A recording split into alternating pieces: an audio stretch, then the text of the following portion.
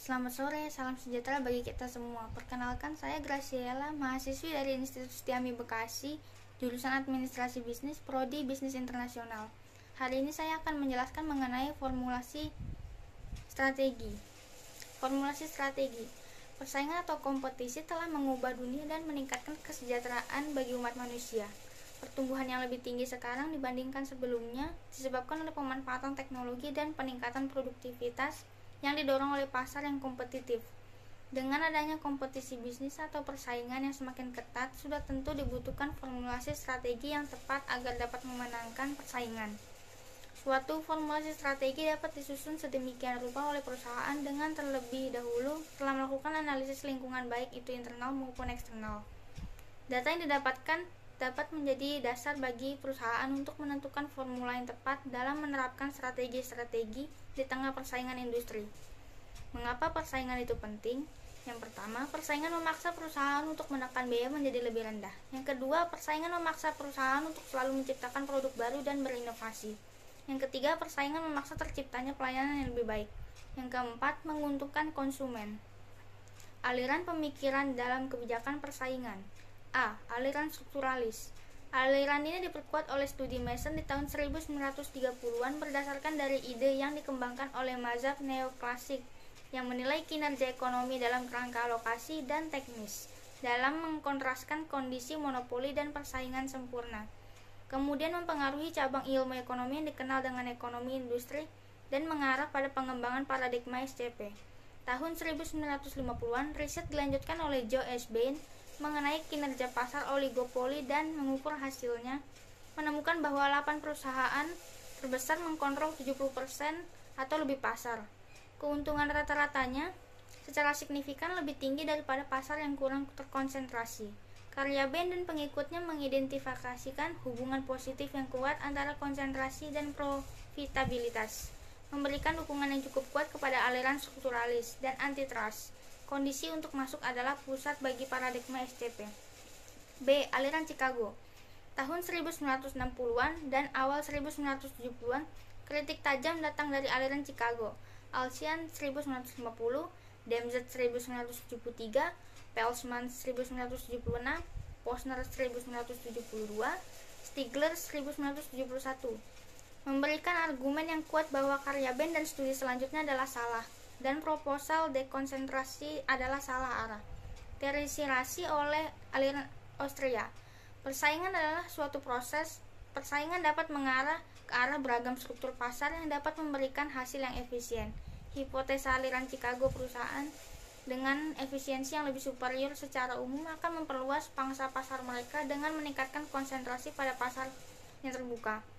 Dapat merupakan hasil dari persaingan yang efisien di mana pemenangnya akan berusaha untuk memperoleh proporsi penjualan yang lebih besar. Constatability market untuk masuk atau keluar akan berguna lebih dari hanya sekedar merespon rival mereka. Muncul konsep constatability. Kasus yang ideal adalah ketika si yang ingin masuk atau tidak punya risiko apa-apa, perusahaan bisa memasuki pasar baru, mencoba peruntungannya, dan jika tidak berhasil bisa mengambil semua investasinya dan keluar tanpa kerugian. Di jargon yang sekarang, pasar seperti itu disebut perfectly constatable market. Perfectly constatable market sebagai pasar yang bisa dimasuki dan keluar tanpa biaya. Perfectly constatability adalah gagasan teoretikal. Berikut ini bentuk dari struktur pasar. A. Monopoli, yaitu hanya ada satu penjual. B. Oligopoli, yaitu hanya sedikit penjual. C. Persaingan monopolistik, yaitu memiliki karakteristik persaingan sekaligus karakter monopoli. D. Persaingan sempurna. Karakteristik pasar monopoli.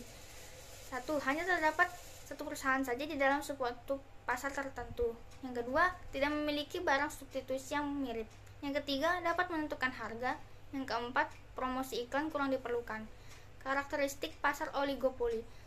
Yang pertama, menghasilkan barang standar atau barang yang berbeda corak. Yang kedua, kekuasaan menentukan harga ada kalanya lemah dan ada kalanya sangat kuat. Yang ketiga, pada umumnya perusahaan oligopoli perlu melakukan promosi secara iklan. Karakteristik pasar persaingan monopolistik. Yang pertama, terdapat banyak penjual. Yang kedua, perusahaan mempunyai sedikit kekuasaan mempengaruhi harga. Yang ketiga, masuk ke dalam pasar relatif lebih murah. Yang keempat, promosi produk secara aktif. Karakteristik pasar persaingan sempurna. Yang pertama, barang yang diperjualbelikan homogen. Yang kedua, jumlah penjual dan jumlah pembeli sangat banyak. Yang ketiga, tidak ada kalanya hambatan bagi setiap penjual untuk masuk ke dalam pasar ataupun untuk keluar dari pasar. Yang keempat, penjual maupun pembeli mengetahui seluruh informasi pasar secara sempurna. Lingkungan persaingan. Yang pertama, keunggulan kompetitif merupakan konsep kunci dalam manajemen strategik.